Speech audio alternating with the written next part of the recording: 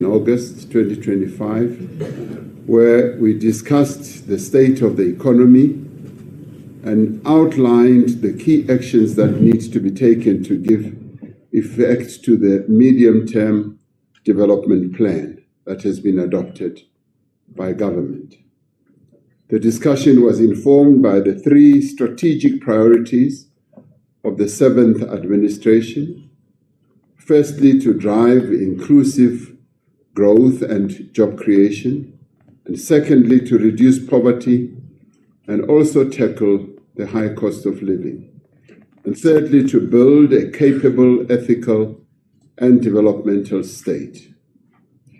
We are, in discussing all these matters, guided by the resolutions of the ANC's 55th National Conference of December 2022, as well as of December 2024, and the Provincial Elections Manifesto that we have crafted, which reaffirmed our commitment to a fundamental transformation of our country's economy.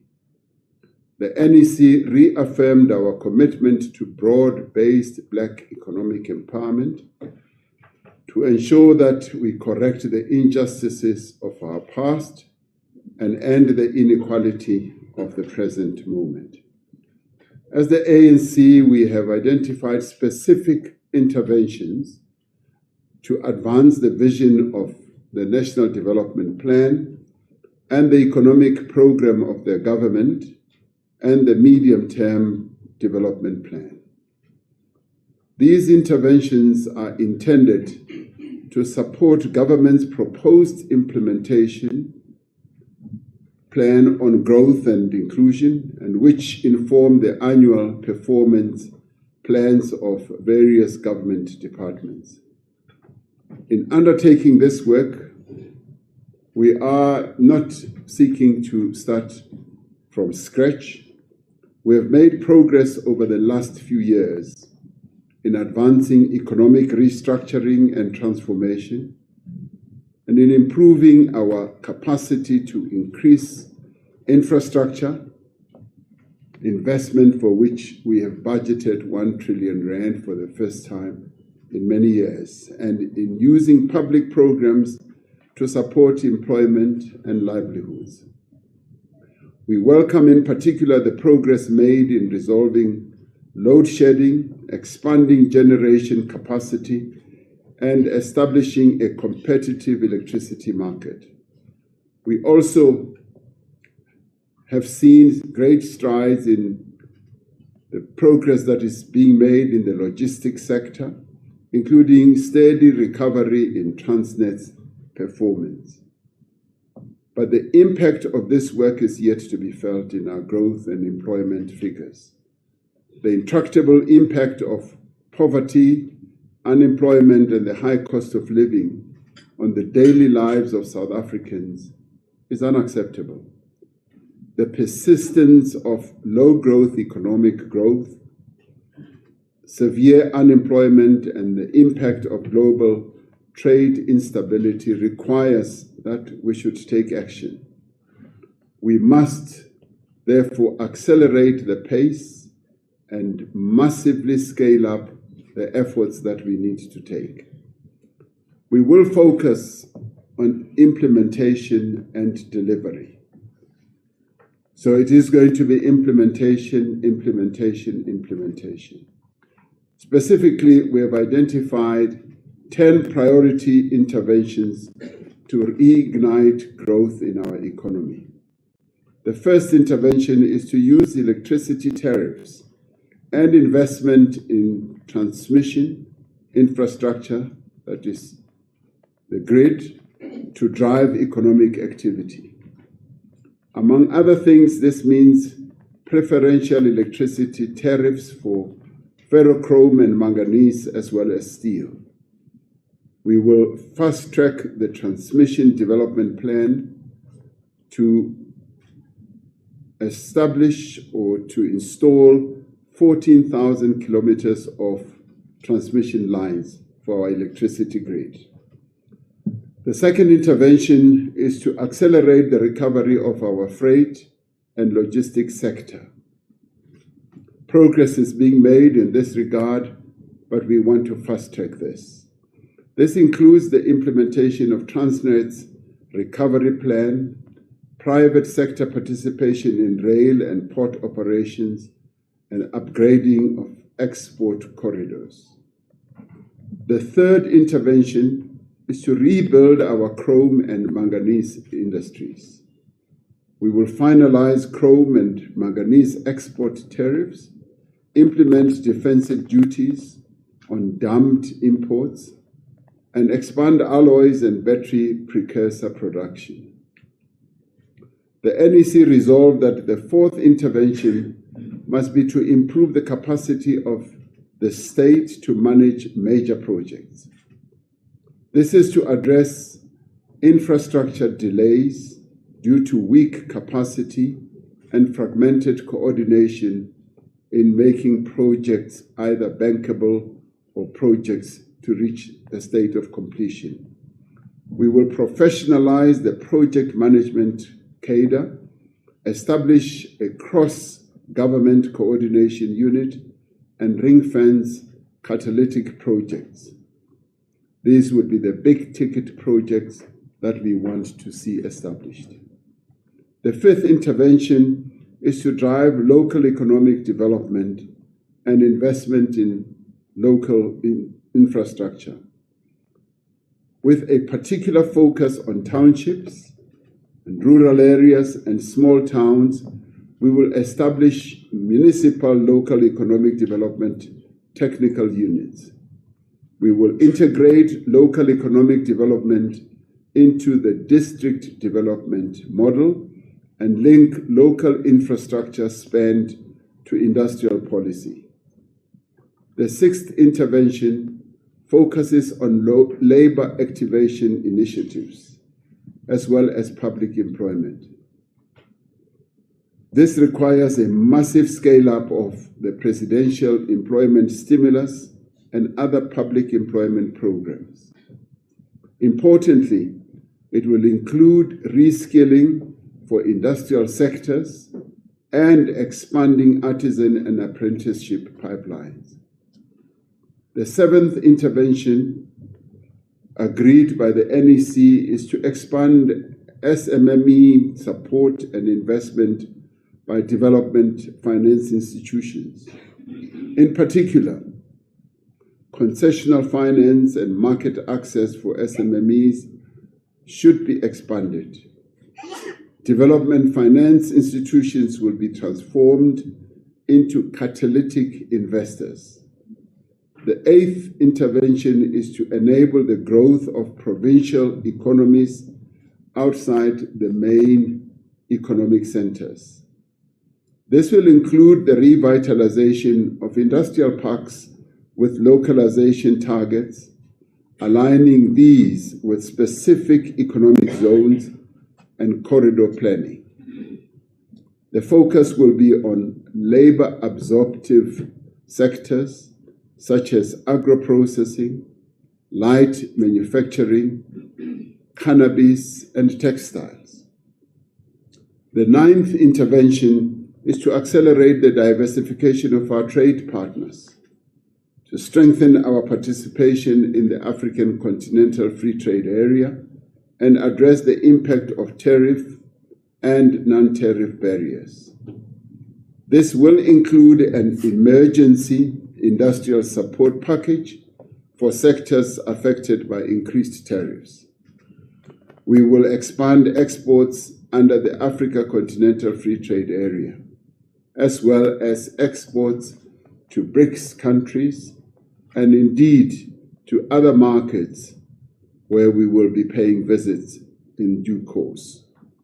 The 10th and final intervention is to ensure effective budget and macroeconomic coordination. We will develop a sustainable budget negotiation strategy in the context of the Government of National Unity.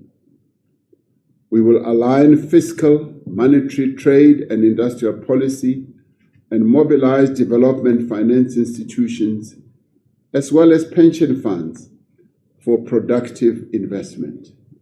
And in the course of this, we will, of course, want to develop and craft innovative financing models or processes that will enable us to have the financial resources to be able to finance the various infrastructure catalytic projects.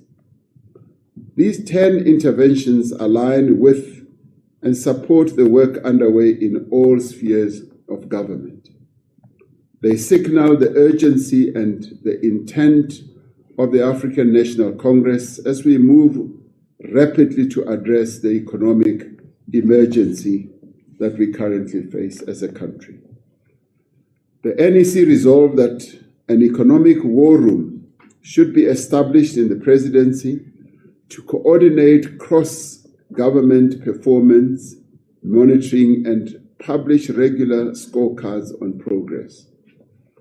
Fundamental to the success of these efforts will be sound institutional governance.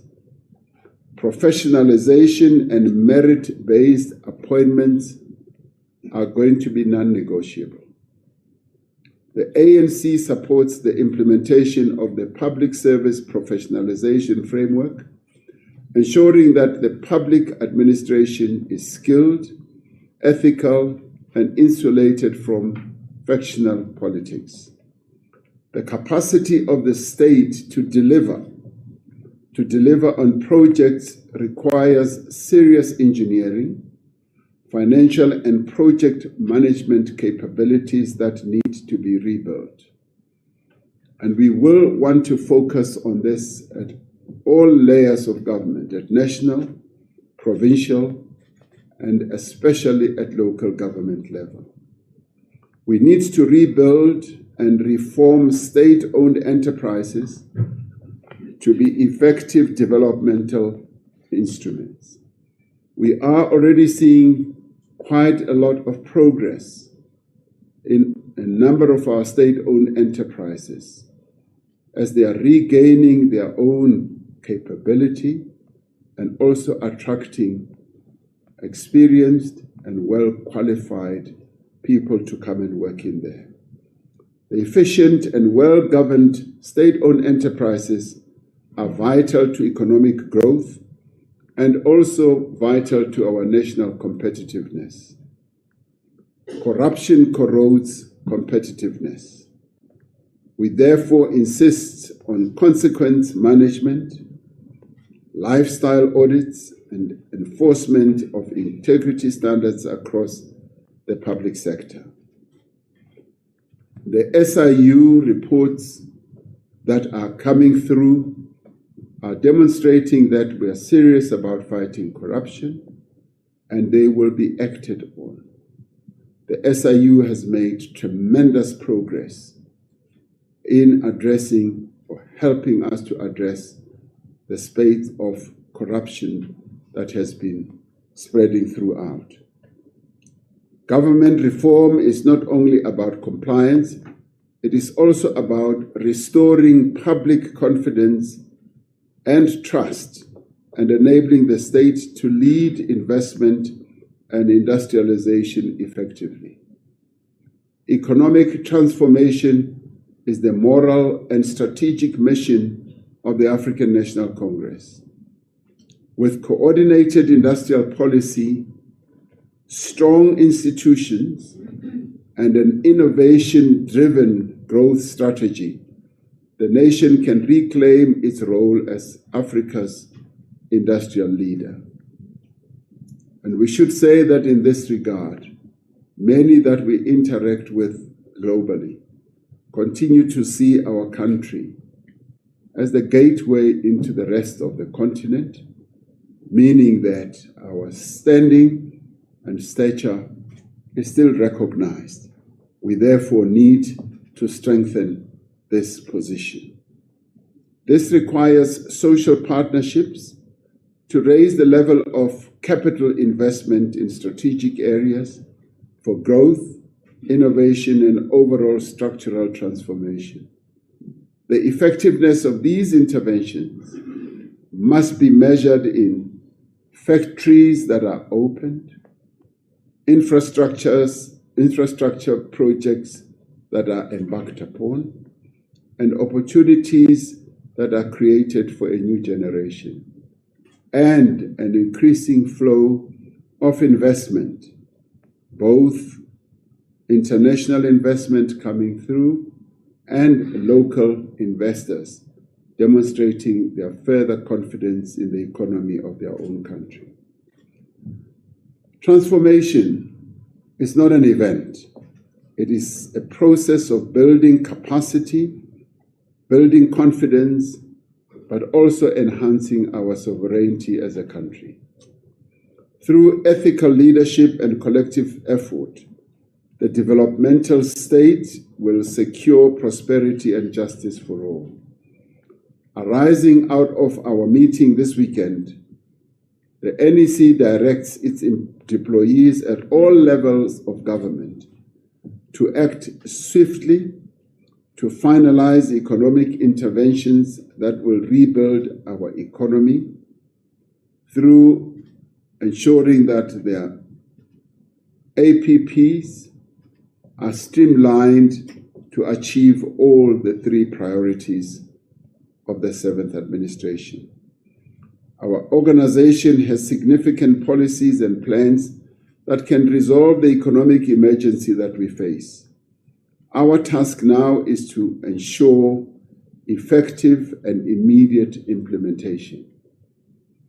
Through the Government of National Unity, through provincial and local government, through all our structures and working together, we will undertake these key interventions to reignite growth and to create jobs.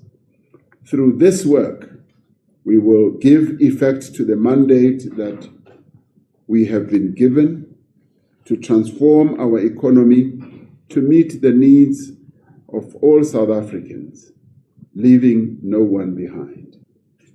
Thank you.